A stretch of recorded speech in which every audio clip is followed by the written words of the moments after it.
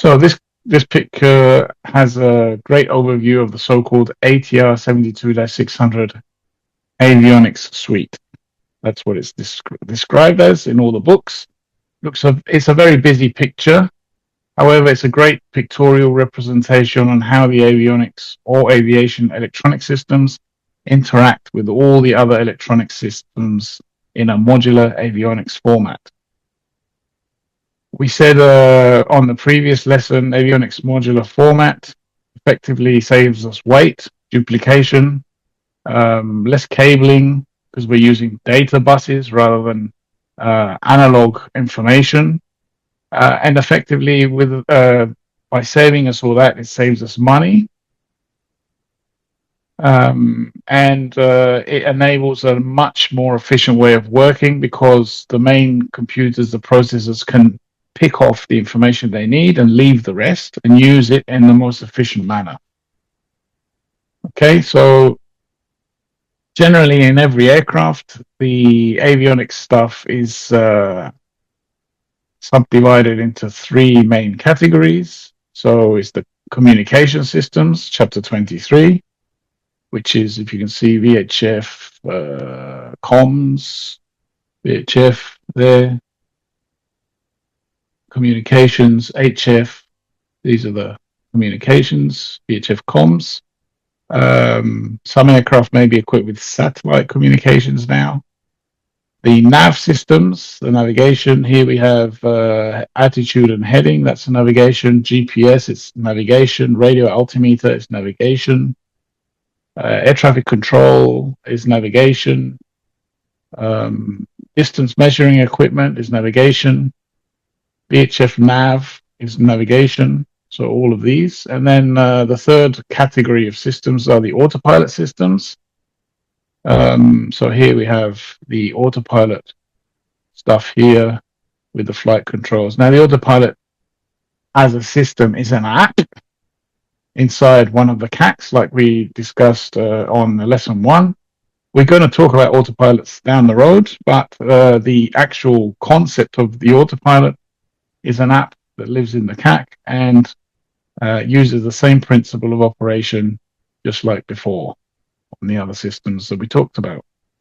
So this is a picture I made when I was teaching this long time ago, and it depicts the flight management system, which is also an app that lives within display units number 2 and number 4. Display unit number 2 and number 4. It enables the manufacturing of flight plans, which either the human or the automatic pilot will follow for a flight from A to B. Each flight plan is unique. Even if you were to fly the same set of routes 10 times in a day, say London to Manchester to London to Manchester to London to Manchester 10 times every day, because each flight parameters are also unique. I'll elaborate. The weather, the temperature and pressure at the departure and arrival airport, the wind on the way there, or the wind at the takeoff, and the wind of the climatic conditions on the way and the climatic conditions at landing. The amount of passengers you got on each flight, the amount of cargo you got, or the load factor for the next flight. All of this information needs to be accessed by the aircraft FMS system, so that then it distributes all this information to the systems that need it, and the systems that need it calculate what they need to calculate, and then put the necessary displayed or the processed info on the displays, so that the pilot has a pictorial image of where he is and where he's going and what he needs to do to fly from A to B in the most economic way possible. Okay, so that's the general routine of how it works. And let's, for example, have a look. This is the MCDU, and this is what the pilot has to do on a routine flight. We're going to go through a typical example. Don't get overwhelmed by all the numbers and digits here on this picture. It's just a description of what each push button does. So the pilots will come in. Before they come into work, they'll go to their office and get a briefing from the dispatch people or the operations. and they'll say, right, guys, today you're flying from London to Manchester, and you have 72 passengers and 700 kilos of cargo. The weather is good. It's a bit windy. You got a bit of headwind, so we've calculated that you might need a couple of 100 kilos extra fuel. You'll be depart the wind direction today is X, and the temperature and pressure is Y at London Airport today. Therefore, they need all this information to punch it in the navigation in the MCDU, and so that the MCDU can then distribute this info to the engines, for example. So the engines will need to know how much takeoff thrust I will, because the thrust on the engines is monitored. We do just enough to do a specific function. We don't do too much because we want to preserve the life of the engines. So if the takeoff thrust today with the climatic conditions is 96% of the throttle setting, then with the information we gave it, then that is the case. So we don't use 100%, we use 96%. So when we go to the takeoff thrust, the power used on the engine is only 96% of its possible, because we want to preserve that. We don't want to overheat them. We want to preserve the life of the engine. Now, depending on the thrust setting, that also determines how far down the runway you've got to go. Okay, so there's no point the system calculating that you need 1,200 meters of runway before you take off when the runway is only 1,100 meters long. Okay, so all this, goes into the system, and the system then generates all the parameters that the pilot will have to perform for a successful takeoff, and subsequent vertical and lateral navigation from A to B, where at the other end, maybe at approach, the autopilot system can take over once we're there in the vicinity and help us to land the aircraft. Okay, so this is the situation as it happens. In terms of the MCDU, if you do as ATR 72600, it will probably be displayed as an MCDU. If you do a 72-100 or 200, it will probably be described as a CDU, a control display unit, because that's what it did. It controlled and it displayed data. At a later stage, with the evolution of revolutionary avionics, with the evolution of modular avionics and integration of commonality of systems, it's now become a multi-purpose control display unit. So it has multiple of purposes. So we now use it not only for display of data for navigation purposes, we also use it for maintenance. The engineer can use it to access the different systems and speak to them and ask about their health and do some troubleshooting, and the systems will answer back if he or she knows the correct procedure to interact with it, okay, with the MCDU. So not only is it used for navigation, it's also used for maintenance. It's also used for display of the current route when you're going from A to B, in pictorial form, because the current route can be displayed in pictorial form on the display units. Okay, so, and it can also be at any time altered during the flight. So we can alter data because air traffic control told us, oh, don't fly that way. There's a big storm, or there's another aircraft ahead of you, or whatever. Just deviate 45 degrees to your right and then come back again after 16 minutes. I don't know. But the data can be altered at any time. So this is a really clever piece of kit. Each pilot has their own, so that they can be doing different things.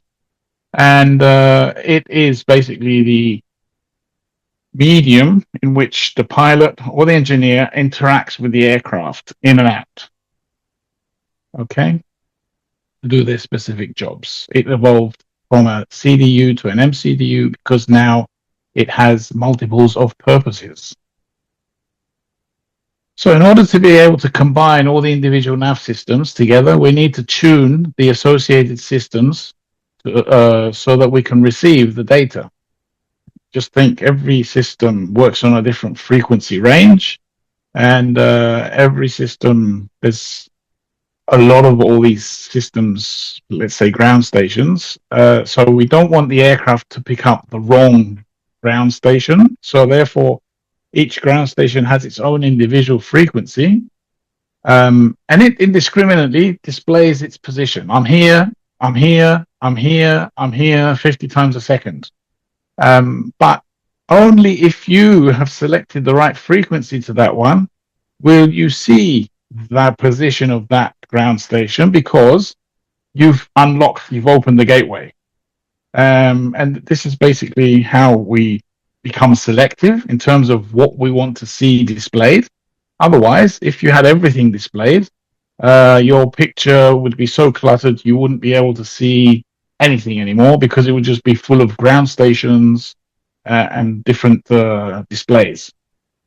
Okay, so in order to be selective in our selection of systems and the frequency in which they operate, we use this device called the MCP. Okay, the MCP, which is a multi-purpose control panel, which is exactly what it is. It is a control panel that can be used for multiples of purposes. Having said that, the multiples of purposes and systems are for communication systems. Select the right frequency of the system you want to use. Navigation systems. Select the right frequency that you want to use. And surveillance systems. These are also under navigation. And we'll see in a minute what all they are. So if you want to imagine each of these systems, the boxes here, ATC 1 and 2, DME 1 and 2, VOR 1 and 2, ILS 1 and 2, etc., would need their own controller for the frequency selection on an aircraft. So we would have, if you've been in a Cessna 72 or 172 or whatever they are, 172. You'll see all these different control panels for the navigation systems with a dial for the frequency, and they're stacked 3 or 4 or 5 controllers, each one for the system that it's operating. I don't need this now because I have a common controller. I just have to select what system I want to use and use the pad here to select whichever frequency I want to use on whichever system. Okay, very easy. Well, it's a fact of getting used to, but we're moving with the times now.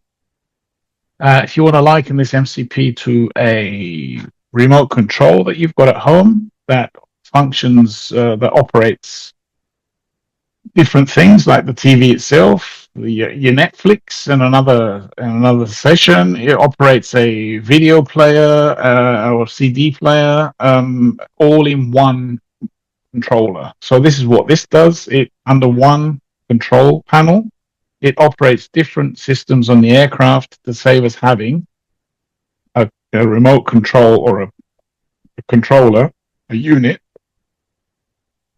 clogging up space and making the pilot's life more complicated, especially in an emergency where he has to access things quickly. He doesn't want loads and loads of buttons everywhere and confusion.